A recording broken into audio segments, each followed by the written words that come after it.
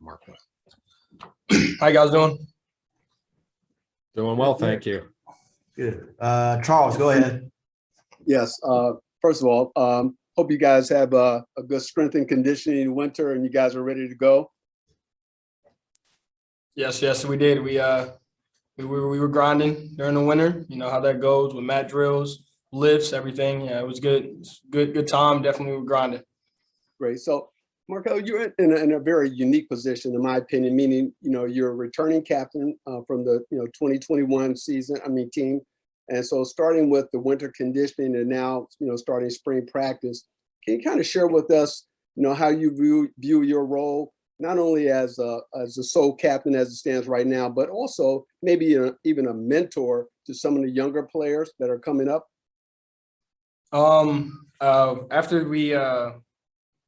After the season, I had sent out a message to everyone, basically just telling the younger guys, like, it's all right to step up, to try to be a leader, step up and like do what's right. So I pushed them to challenge them to basically step out of their comfort zone and try to lead, because those are some things I did when I was a sophomore, when I was a junior.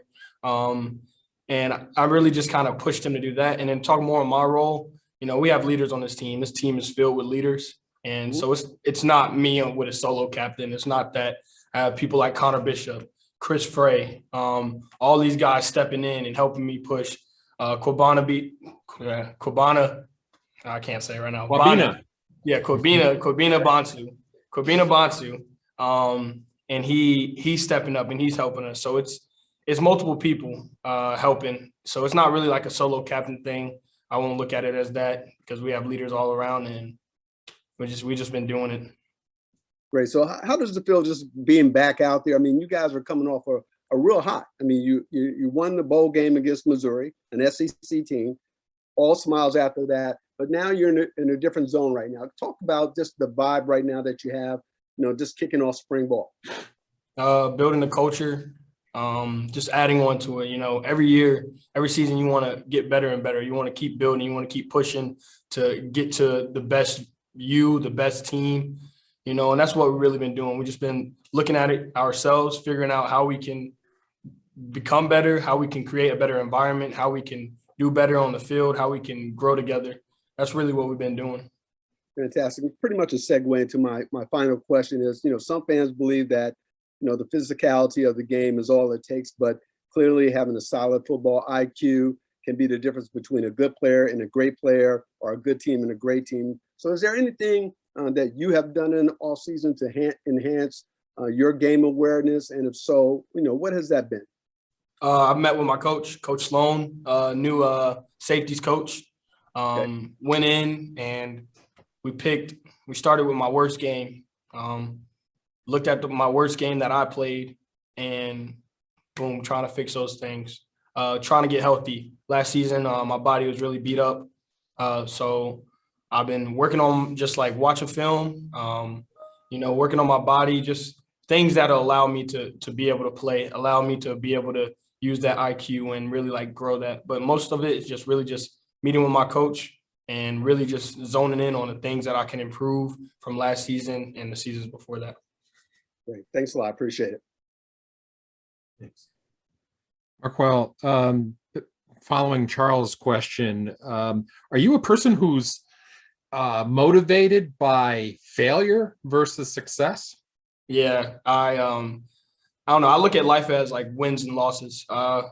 And when you lose, like, I don't know, I hate losing. So it's something that pushes me and drives me. So yes, I am motivated by failure. Yeah, definitely. Okay. What is it that you wanted to work on in your game over the off season and here during spring camp? My eyes. A lot of plays that I gave up because of my eyes. I'm trying to move too fast. Not necessarily guessing because I watch enough film to know what's about to happen, but I would know what's happening and then I would look somewhere else. Just really just focusing on my job and my eyes and things that I can improve on in that sense. Mm-hmm. West Point's full of leaders, as you said. Tell me about the development or ascending to a captain. You were a captain last year. What does it take for these other players to be named to become captains? Is it a desire on their part, or is there sort of a maturation that takes place that makes them ideal captain candidates? I think it is a desire, and it's definitely a desire. I think you have to want to be a captain. You want to have you want to have to lead, and you want to be able to lead. You want to you want to be able to push yourself and push your teammates. I think that's the biggest thing, because people are inspired by the way you treat them, inspired by the way you work, and that's all about desire. Like how good you want to be, like what do you desire to become. And so yes, I think it's all desire and really just how you fit in with your teammates and how you truly care about them. Did you think you did a good role as captain last year, and could you be better? Oh, there's always improvement. There's always room for improvement, and there's definitely areas I could have been better at. I look back at the Navy game. That week of practice, I could have been harder. I could have worked a little harder. I could have done a lot of things better, and yeah, there's always room for improvement. Sure. Specifically toward the workouts today, what was it like being back on the field? There was a lot of enthusiasm. We were hyped. We were jumping. We made mistakes, but we made them at fast pace. We at 100%, and that's all you can ask for. You make a mistake, but don't make that same mistake again.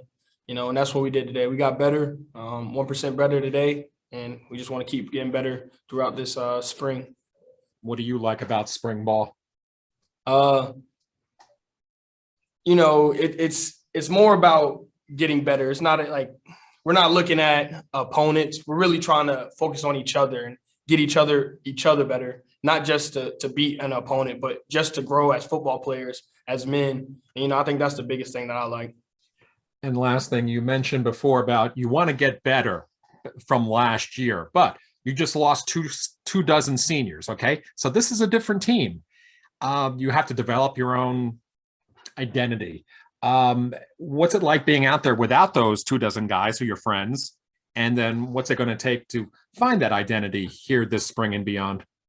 Like I said earlier, you just got to keep building, so learning from those 24 people that we lost, learning from those seniors, still having communication with them, talk about what they wish they could have done, like you can learn from other people's mistakes, other people's experience. But yeah, it's going to be different. I looked over to my right today and I didn't see Cedric Cunningham. That's the first time in a while, but it's going to be different. But like I said, we're going to keep building, that's what separates good teams and bad teams. Good teams continue to build their culture, and that's what we're going to continue to do. Did you have a favorite moment today? Yeah, Chance Keith. He had a pick six today, and it was as a freshman, that's somebody when he first came in, we talked a lot, just to see him making plays. Yeah, it was big. Mm-hmm. Thank you. Marquel, hi, Ken Kreitzer, SAL Radio. You talked about leadership, and what have been some of the role models that you follow as far as leaders, players, instructors here at the academy, other cadets? Who have been some of the role models, and what do you admire about them? So one of my mentors, Sean Robertson, Captain Sean Robertson, his work ethic, he is perfectionist, and he inspires me every day. And we talk a lot, and he just his work ethic inspires me. On the football field, when I was a freshman, I had Elijah Riley, and to see the way he worked and the way he held himself, that was big. And to this day, like I still try to hold myself to his standards. I try to push myself past what he did, and that's who I really want to kind of succeed over and just really like guide with. Another instructor is Colonel Archie Bates. He's an OR for our team, and he's a great guy. He's just a great man, and like he's who I want to be like for my children, for my coworkers, and just for everyone. Like he's just such a great man, and that's who I kind of look up to here. Now, last year you had a very solid defensive year, a very tight-knit unit, a lot of experience in the unit. What do you think were some of the positives that of last year's scheme, and some of the things that you want to improve on in this year? Positives, we're always juiced up. You can't watch a play where you don't see 11 people running to the ball, and that's what it takes. And I think that's a positive, something that I want to improve on. We got scored on. Wake Forest, they put 70 on our head. You know, like that shouldn't happen. If we want to be top defense in the nation, one of the top defenses in the nation, you can't let that happen. I think just stopping people from getting in our end zone. You mentioned mat drills. I wasn't familiar with that with your weight training. What does that involve? That's basically like fourth quarter warriors. That's what we call it. And basically it's just like a smoke session where you have these cones. Like it's just a whole bunch of drills to where like the coaches are just looking for perfection, and you have to be perfect. Well, the way you break down, by the way you clap, by the way you touch a bag, the way you touch another bag, like it just really just zoning in on those little details and really just grinding with like the team, and you really just like you build like this big tight like brotherhood with that. Sure. And just off the field at the academy, your studies, and how does your leadership that you provide to football carry over to the Corps of Cadets in some of the activities? Well, if I don't lead the way I lead up here down there, then it's not authentic. And so I'm going to be authentic all the time. So, I mean, the way I lead up here is the same way I lead down there. You know, I hold people accountable. I don't know. I just continue to do the right thing, show people I care, show them that they can trust me. You know, that's really it. And what are you studying academically? Business management. Very good. Good to see you. Yep. All right. Thank you. Thank you. Ken McMillan. Marquel, are you a different person from a year ago? I've definitely grown a lot. Yes, I've grown a lot through experiences in home life, relationships, and just everything. You know, I've definitely grown a lot. So yes, I am a different person today than I was last year. I mean, I hope so. You know, I don't want to be stuck as a 20-year-old. You know, I'm 21. I want to continue to grow and continue to mature and stuff. So I think I've matured a lot. Yes. You think it's like, is it just smarts? Is it confidence? If you want to be honest, it's just truly seeing myself for who I really am.